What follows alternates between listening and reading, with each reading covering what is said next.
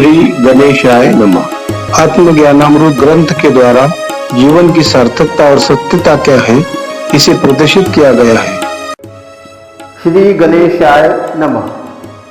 श्री आत्मज्ञानामृत ग्रंथ समस्त धर्म ग्रंथों का सार, भाग 31। अपने बल पर प्रकृति से लड़ोगे तो कभी जीत नहीं पाओगे। परमात्मा की शरण लेकर तुम प्रकृति के ऊपर उठ जाओगे। प्रकृति के गुणों से पार हो तब ईश्वर का अनुभव कर पाओगे। भले बुरे से उलझ गए तो परम सत्य से वंचित रह जाओगे।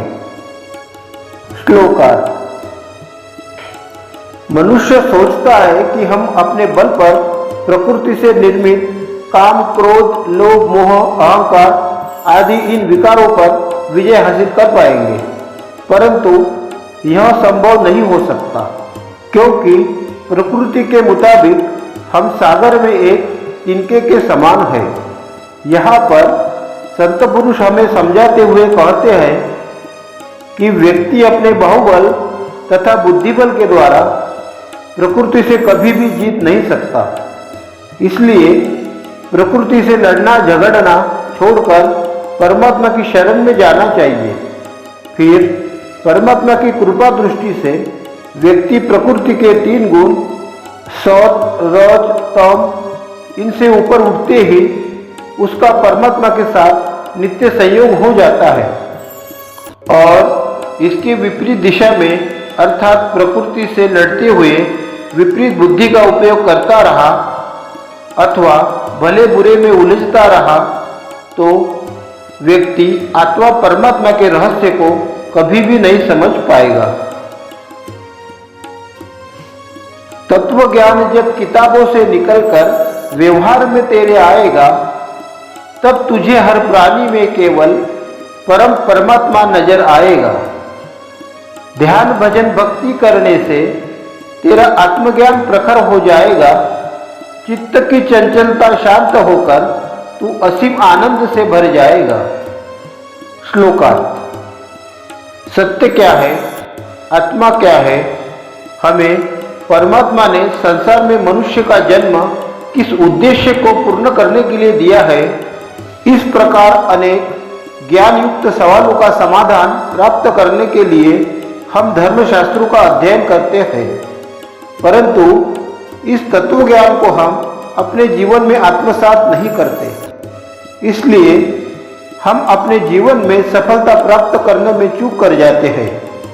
इसलिए संत महात्मा जन कहते हैं कि तत्वों का ज्ञान वेद शास्त्रों की किताबों से निकलकर हम उसका अपने जीवन में जब अनुसरण करेंगे, तब हमें संसार के प्रत्येक जीव में जो आत्मा निवास कर रहा है उसमें हम अपने परमात्मा का दर्शन करेंगे। साथ ही ध्यान भजन करने से हमें आत्मज्ञान प्राप्त होगा तथा मन को शांत रखकर हमें परमानंद का अनुभव प्राप्त होगा। नश्वर तन जनहित में लगा ले, जीवन अर्थपूर्ण हो जाएगा।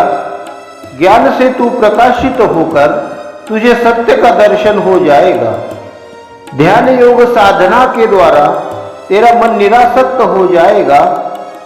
दान धर्म का आचरण करके तू संकटों से मुक्त हो जाएगा। श्लोकार्थ। कितने भी प्रकार के स्वार्थहित कर्म करके प्राप्त फलों का उपभोग कर लो, परंतु मनुष्य को सदैव इस बात का ध्यान रखना चाहिए कि जीवन का कार्यकाल समाप्त होने के बाद यह नश्वर शरीर मिट्टी में मिल जाना है। इस सत्य को समझकर मनुष्य को अपने शरीर तथा मन बुद्धि से परमेश्वर की भक्ति करते हुए अपने मन को शांत करके लोक सेवा के कार्य करना चाहिए। इससे आप जीवन में अवश्य ही एक दिन सफलता की सीढ़ी पार करेंगे। साथ ही ध्यान मार्ग पर सदा चलते रहने से आपका जीवन परमात्मा के तेज से प्रकाशित होकर आप जीवन की सच्चाई से वाकिफ हो जाओगे तथा ध्यान योग की साधना करने से आप आसक्ति का त्याग सहज रूप से कर पाएंगे और दिनहीन लोगों की व्यथा को अपना समझकर उनकी सेवा शुश्रूषा करने से आप जीवन में आने वाले सभी संकटों से निकलकर सफलता प्राप्त कर सकेंगे। ज्ञान और वैराग्य की तलवार से जब संसार रूपी वृक्ष कट जाएगा, मन अगर काबू में हो गया तो आत्मा परमात्मा तक पहुंच जाएगा। धर्म का आचरण जब कर लोगे, ज्ञान का महल खड़ा हो जाएगा, श्रद्धा का बीज भीतर अंकुरित होकर तुझे प्रभु का दर्शन हो जाएगा। श्लोकार्थ। साधक भक्ति साधना करते हुए मन और बुद्धि के द्वारा संसार को जानकर, देह को माटी के समान समझकर, किसी से राग द्वेष किए बिना एकांत में रहकर संसार के सभी कार्य करते हुए परमात्मा की अनन्य भाव से भक्ति करने से इच्छा, तृष्णा, वासना रहित सांसारिक बंधनों से मुक्त हो जाता है और उसके भीतर परमात्मा के प्रति विश्वास उत्पन्न होकर धर्म का पालन करते हुए मन को स्थिर करके परमात्मा के साथ रंग रूप आकार में समानता की स्थिति को उपलब्ध हो जाता है। यह तन मिला है बड़े भाग पुण्य से, सत्कर्म तू करता जा, बचपन में ही प्रीत लगा ले, तू प्रभु के ध्यान में लीन होता जा। जवानी का जब दौर चले तब चंचल मन पर रोक लगाता जा, बूढ़ा जब हो जाएगा यह तन, प्रभु नाम स्मरण तू करता जा। श्लोकार्थ। कितने जन्म में सत्कर्म करके पुण्य कमाने के बाद हमें मनुष्य का तन प्राप्त हुआ है। इसलिए संत पुरुष कहते हैं कि हे मनुष्य, तू अपने जीवन का सार्थक करते हुए इसके द्वारा दूसरों की भलाई के लिए सदा सत्कर्म कर। तू बाल्यावस्था में ही प्रभु की भक्ति में अपने मन को लगा और ध्यान भजन में स्वयं के अनुभव प्राप्त कर।